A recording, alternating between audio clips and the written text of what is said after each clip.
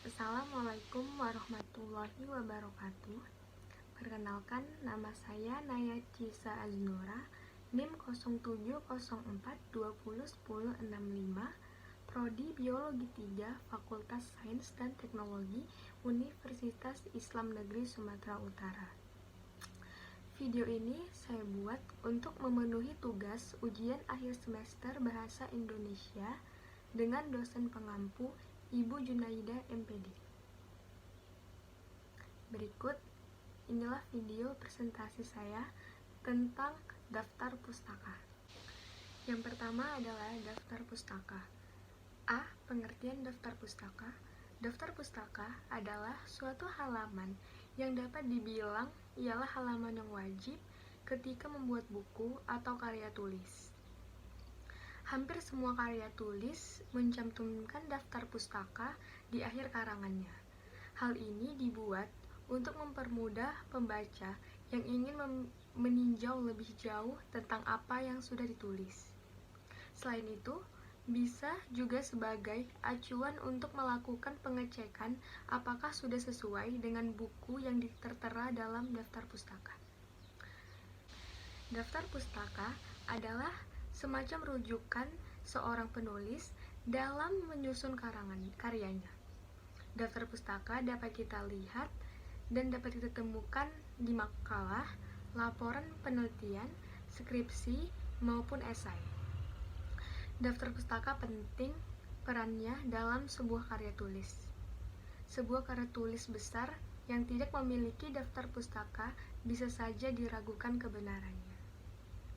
Yang B adalah fungsi dari daftar pustaka. Daftar pustaka dapat pula dilihat dari segi lain, yaitu ia berfungsi sebagai pelengkap dalam sebuah catatan kaki. Daftar pustaka dapat mengetahui keterangan-keterangan yang lengkap mengenai buku atau majalah itu. Berikut ini beberapa fungsi lain yang dapat kita peroleh dari daftar pustaka. Antara lain yaitu yang pertama adalah memberikan informasi bahwa pernyataan yang dibuat bukan hasil pemikiran sendiri, tapi juga ditambahkan dengan pemikiran orang lain. Yang kedua adalah apabila pembaca menginginkan mendalami lebih jauh pernyataan yang dikutip, dapat membaca sendiri referensi yang menjadi sumber kutipannya. Yang C adalah unsur-unsur daftar pustaka. Yang pertama adalah nama pengarang yang dikutip secara lengkap. Yang kedua adalah judul buku, termasuk judul tambahannya. Yang ketiga adalah data publikasi, yaitu penerbit, tempat terbit, tahun terbit, cetakan keberapa, nomor jilid, dan tebal atau jumlah halaman buku tersebut. Yang terakhir adalah untuk sebuah artikel diperlukan pula judul artikel yang bersangkutan, nama majalah, jilid, nomor, dan tahun. Syarat-syarat dalam pembuatan daftar pustaka yang pertama, bagi penulis yang menggunakan marga atau keluarga, nama marga atau keluarga ditulis terlebih dahulu. Sedangkan untuk penulis yang tidak menggunakan nama, marga, atau keluarga diawali dengan penulisan nama akhir atau belakang kecuali nama Cina. Yang kedua, gelar kesarjanaan penulis tidak perlu dicantumkan dalam daftar pustaka. Yang ketiga adalah judul buku dicetak miring atau digaris bawahi pada setiap kata. Jadi, tidak dibuat garis bawah yang bersambung sepanjang judul. Yang keempat, baris pertama diketik mulai ketukan pertama, sedangkan baris kedua dan seterusnya diketik mulai ketukan ke-7. Yang kelima adalah jarak antara garis 1 dengan baris berikutnya 1 spasi. Yang keenam, jarak antara sumber 1 dengan sumber berikutnya 2 spasi. Yang E adalah cara penulisan daftar pustaka. Yang pertama, penulisan daftar pustaka berdasarkan sumber buku, yaitu nama pengarang, tahun, judul, kota, dan penerbit. Contohnya, Prayogo Hadi 2017, Cerdas Membaca, Jakarta, PT Grafindo Pratama. Yang kedua, penulisan daftar pustaka dari jurnal, yaitu nama penulis, tahun, judul, nama jurnal, volume, halaman. Contohnya adalah Alwi Putra 2015, Penerapan Pendidikan Karakter dan Pembelajaran Akidah dan Akhlak. Jurnal Pendidikan Dasar Islam 92 15 sampai dengan 17.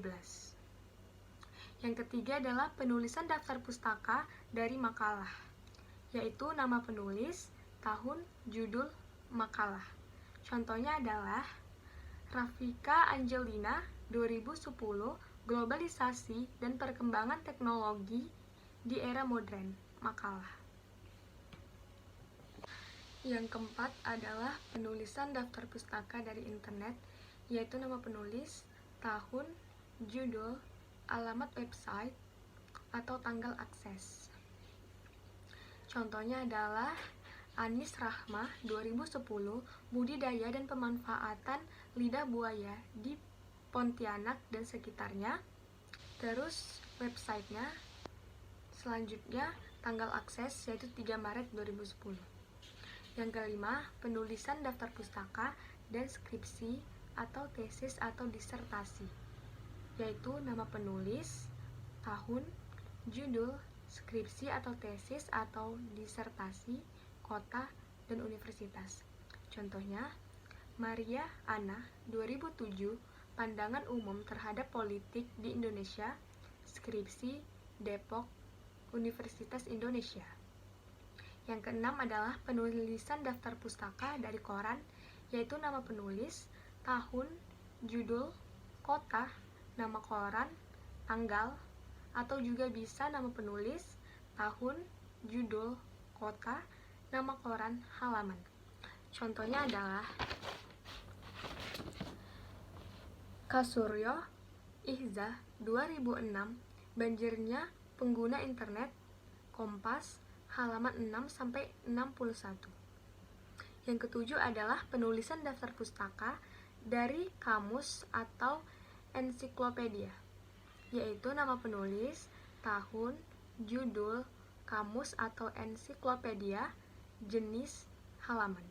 Contohnya adalah Bunga Sari 2000, Ilmu Geografi, Ensiklopedia Sejarah 200, 301 sampai dengan 308. Yang kedelapan adalah penulisan daftar pustaka dari majalah, yaitu nama penulis, tahun, judul, kota, nama majalah, tanggal, atau bisa juga nama penulis, tahun, judul, kota, nama majalah, halaman. Contohnya adalah Ilyas 2006, Modifikasi ban mobil dengan harga terjangkau, Malang, Berita Otomotif, halaman 17. Yang kesembilan adalah penulisan daftar pustaka dari wawancara, yaitu nama narasumber, tahun, judul, media, kota, durasi. Contohnya adalah Ayuni Vera 2010, menyambut Hari Raya Idul Fitri, TVRI Surabaya 30 menit. Yang terakhir adalah penulisan daftar pustaka dari lembaga, yaitu nama lembaga, tahun, judul, kota, penerbit. Contohnya adalah Departemen Pendidikan Nasional 2007, Kamus Besar Bahasa Indonesia, Jakarta, Gramedia Pustaka Utama.